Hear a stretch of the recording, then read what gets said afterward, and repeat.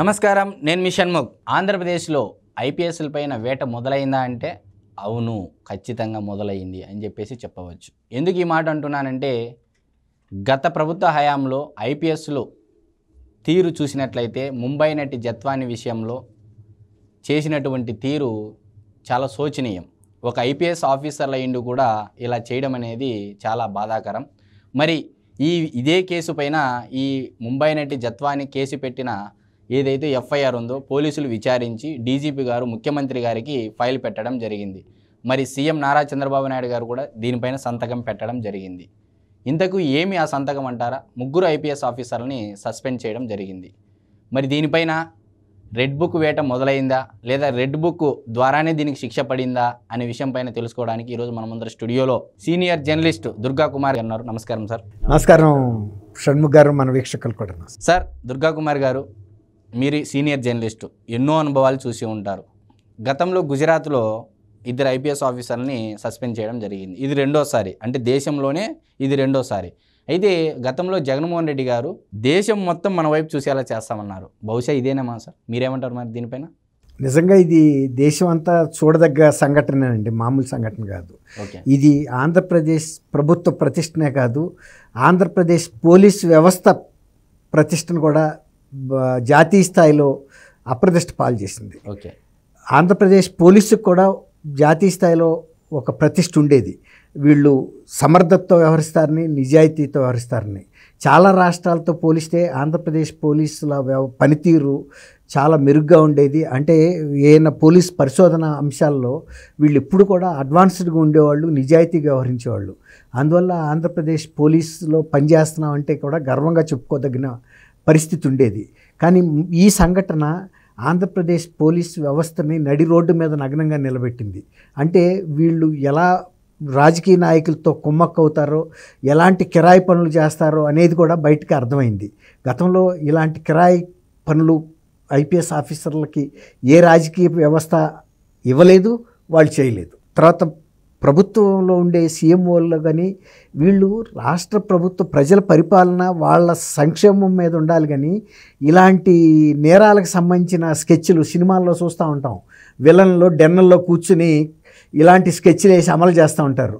ఇది వాటికి ఎంత మాత్రము తక్కువది కాదు ఈ స్కెచ్ అనేది. ఎక్కడో బొంబాయిలో ఉన్న ఒక సినిమా నటికి ఆంధ్రప్రదేశ్లో ఏమన్నా ఆమెకు నేర చరిత్ర ఉందా? ఆమెకి ఇక్కడ ఎవరన్నా చుట్టాలు ఉన్నారా, మిత్రులు ఉన్నారా, ఆమెకి ఏమన్నా ఆస్తులు ఉన్నాయా? ఏమీ లేదు. ఆమె చేసిన తప్పల్ల ఆమెకున్న ఒక పారిశ్రామికవేత్తతో ఆమెకున్న విభేదాలు, ఆ పారిశ్రామికవేత్తకి ఆంధ్రప్రదేశ్ ప్రభుత్వంలో ఉన్న పెద్దలకి ఉన్న సాన్నిహిత్యం, అక్కడ ఆమె ఆ పారిశ్రామికవేత్త మీద మహారాష్ట్రలో బొంబాయిలో కేసు పెడితే ఆ పారిశ్రామికవేత్త వచ్చి ఇక్కడ ముఖ్యమంత్రి గారిని కలిసి ఫలానా నా మీద కేసు పెట్టింది, ఆ కేసుని విత్డ్రా చేయించాలి మీ పోలీసులను ఉపయోగించి, జీవితంలో నా వైపు అమ్మాయి చూడకుండా భయపెట్టాలని ఒక రిక్వెస్ట్ చేస్తే, అదెంత పని, మా పోలీసు వాళ్ళు ఉన్నారు, నేను పురమాయిస్తానని చెప్పి ఆయన ఈ పెద్ద మనుషులకు పురమాయించి ఒక ఇంటెలిజెన్స్ డీజీకి, ఒక పోలీస్ కమిషనర్కి, ఒక డీసీపీకి, ఇంకెవరికి పురమాయించాడు మనకు తెలియదు. ఈ 3 ముందు వరుసలో ఉన్నారు. వీళ్ళే స్కెచ్ చేశారు. దాదాపు ఒక వారం రోజులు 10 రోజులు బాగా స్కెచ్ చేసిన తర్వాత, రెక్కీ నిర్వహించిన తర్వాత బొంబాయిలో ఆ అమ్మాయి ఇంటి గురించి, ఎక్కడ ఉంటుంది, ఏ టైంలో ఉంటారు, వాళ్ళ ఇంట్లో ఎవరెవరు ఉంటారు, వాళ్ళ పుట్టుపూర్వోత్తరాలు ఏంటి, వీళ్ళని అరెస్ట్ చేస్తే మనం తీసుకోవాల్సిన జాగ్రత్తలు ఏంటి, అక్రమంగా నిర్బంధిస్తే ఎవరెవరిని బెదిరించాలి, బెదిరించడం ద్వారా ఈమె జోలికి ఎవరో, అంటే ఈమె సహాయానికి రాకుండా చేయటం, ఐసోలేట్ చేశారు. సామాజికంగా, ఫిజికల్గా చేశారు, మానసికంగా వేధించారు, శారీరకంగా వేధించారు. ఇంకా తీవ్ర నేరాలు కూడా అక్కడ జరిగినాయి అంటున్నారు ఆమె మీద శారీరకంగా. అది మనం ఇప్పుడే చెప్పలేము, కాదనలేని పరిస్థితి. ఎందుకంటే ఆమెను ఇక్కడికి తీసుకొచ్చిన తర్వాత ఆమె నిస్సహాయరాలు. ఆమె చేతిలో ఫోన్ లేదు, ఇంకేమీ లేదు, ఆమె చేతిలో వెపన్ కూడా ఏం లేదు. ఆమెని అలాంటి పరిస్థితిలో ఒక 40 రోజుల పైన ఒక గెస్ట్ హౌస్లో బంధించి ఆమెతో రకరకాల ఫోర్జరీ డాక్యుమెంట్ల మీద సంతకం పెట్టించి, ఆమెకున్న ఒరిజినల్ డాక్యుమెంట్లు కూడా వీళ్ళు ఫోర్జరీ చేసి, అంటే ఆమె ఒక చీటర్ లాగా క్రియేట్ చేసి, ఆ తర్వాత అక్కడ ఉన్న కేసును కూడా ఉపసంహరించారంటే ఇంత పెద్ద టాస్క్ని వీళ్ళు ఇంత సునాయాసంగా చేశారు. తర్వాత దానికి సంబంధించి రేపు కేసు ఫైల్ అవుతుందనగా ఇవాళ సాయంత్రమే బాంబే వెళ్ళటానికి పోలీస్ అధికారులకి టికెట్లు కూడా బుక్ చేసుకున్నారంటే ఎంత ముందస్తు స్కెచ్ చేశారో మనకు అర్థమవుతుంది. ఈ స్కెచ్లో లోయర్ ఆఫీసర్స్ కూడా బలైపోయారు. ఇప్పుడు మీరు చెప్పిన ఐపీఎస్ ఆఫీసర్ల వేట కాదు ఇక్కడ మొదలైంది, అక్రమాలు చేసిన పోలీస్ అధికారుల వేట ఇది. అందరు ఐపీఎస్ల మీదకి ఈ వేట వెళ్ళదు, అక్కర్లేదు కూడా. ఎవరైతే ప్రభుత్వం చెప్పిన కిరాయి పనులన్నీ చేశారో, ప్రతిపక్షాలను వేధించారో, ప్రజల్ని వేధించారో, వాళ్ళని వ్యవస్థకి సంబంధించి ప్రశ్నించిన వ్యక్తుల్ని ఇలా వేధించి ప్రాణాలు తీశారు, అటువంటి పోలీస్ అధికారుల మీదే తప్ప మిగిలిన పోలీస్ అధికారులకు ఆంధ్రప్రదేశ్లో వచ్చిన ప్రమాదం ఏమీ లేదు. ఓకే సార్, ఏమీ లేదు. ఎవరినైనా తప్పు చేయకుండా ఎవరు కూడా శిక్షించలేరండి. ఇవాళ వీళ్ళు ఇంత తప్పులు చేసిన తర్వాత వెళ్ళి క్యాట్కెళ్ళో ఇంకోసాటికెళ్ళో శిక్ష మేము రిలీఫ్ తెచ్చుకుంటాం అనుకుంటామంటే అది భ్రమ మాత్రమే. ఎప్పుడైనా సరే షణ్ముఖ్ గారు, ఎవరైనా మనం ముందు కోర్టుకు వెళ్తే కోర్టు వారు చూసేది ఏంటంటే మనం ఎంత స్వచ్ఛమైన చేతులతో అక్కడికి వెళ్ళామనేది.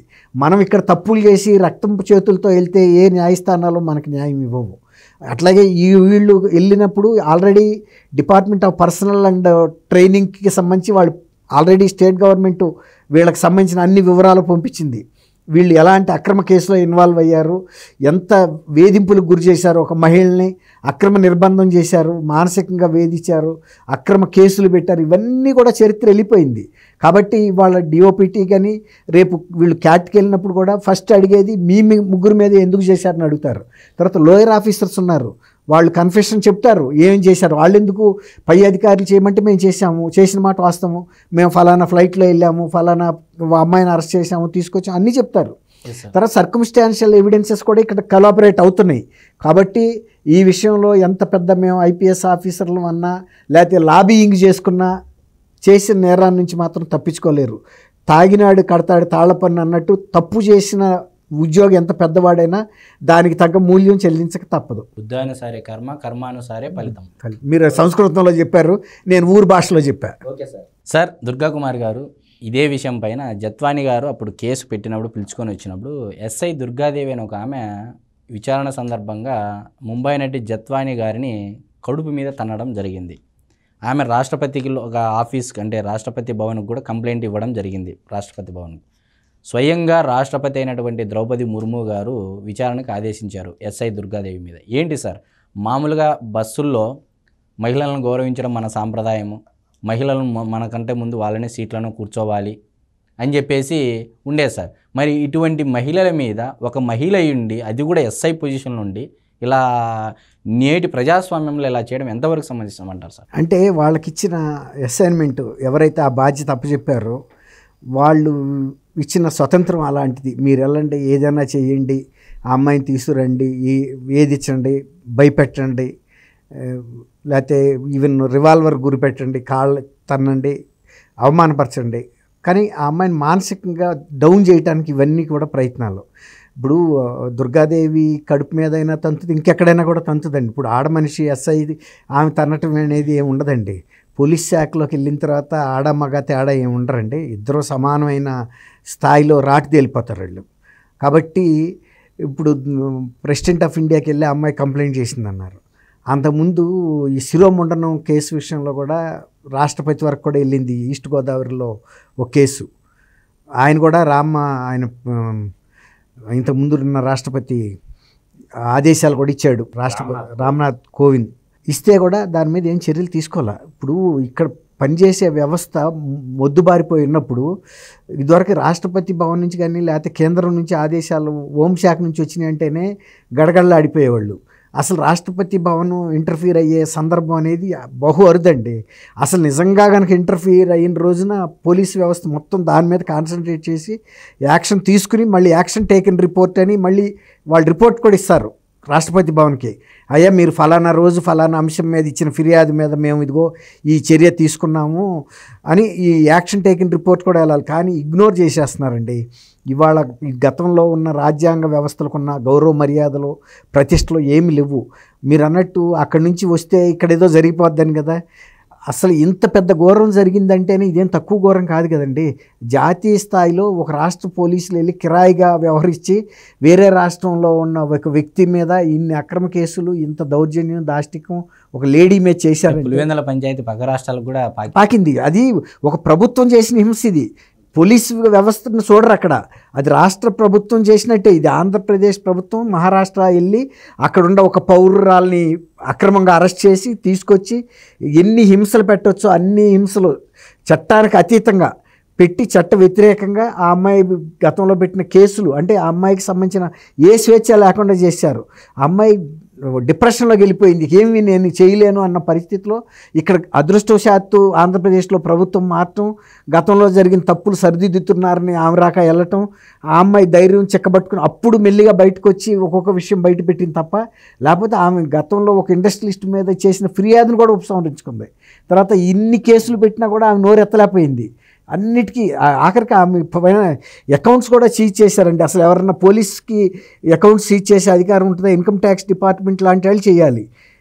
చేస్తే అసలు అట్లాంటిది వీళ్ళు బ్యాంకర్స్కి కూడా లెటర్ రాశారు, బ్యాంకు ఏమో అకౌంట్స్ సీజ్ చేయమని. అందులో ఫ్రాడ్ ద్వారా సంపాదించింది ఏమైనా ఉందా అమ్మాయి? ఇందులో ఏం లేదు. నేను ఆధారం ఉంటే రాయొచ్చు. ఇక్కడ కనుక ఎవరినన్నా ఒక వ్యక్తిని చీట్ చేసి ఫైనాన్షియల్గా ఆ డబ్బు కనుక వెళ్ళినట్టు ఫొరాన్సిక్ ఆడిటింగ్లో తెలవాలి. ఈ అకౌంట్ నుంచి ఆ అమ్మాయి అకౌంట్లోకి వెళ్ళింది కాబట్టి అక్కడ ఫ్రీ చేయొచ్చు. కానీ ఆ అమ్మాయి రెగ్యులర్ ఎర్నింగ్స్తో ఉండే అకౌంట్లే తప్ప ఎక్కడ ఫైనాన్షియల్ ఫ్రాడ్ జరిగినట్టు ప్రూఫే లేదు. ఇవన్నీ కూడా డాక్యుమెంట్స్ వీళ్ళు చేసిన ఫోర్జరీ కూడా అమ్మాయి పోలీసులు ఇన్వెస్టిగేషన్ అక్కర్లా, ఆమె అన్ని ప్రూఫ్స్ ఇచ్చేసింది డిపార్ట్మెంట్కి. ఇది నా ఒరిజినల్ వ్యవహారం, కానీ ఇవన్నీ కూడా ఫ్రాడ్యులెంట్ డాక్యుమెంట్స్, ఈ నాకు సంబంధం లేని వ్యవహారాలు, ఆస్తులకు నాకు సంబంధం లేదు. విద్యాసాగర్కి సంబంధించిన ఆస్తి చెప్పారు కదా, అసలు ఆస్తి ఎక్కడుందో దానికి సంబంధించి నాకు సంబంధమే లేదని కూడా చెప్పింది.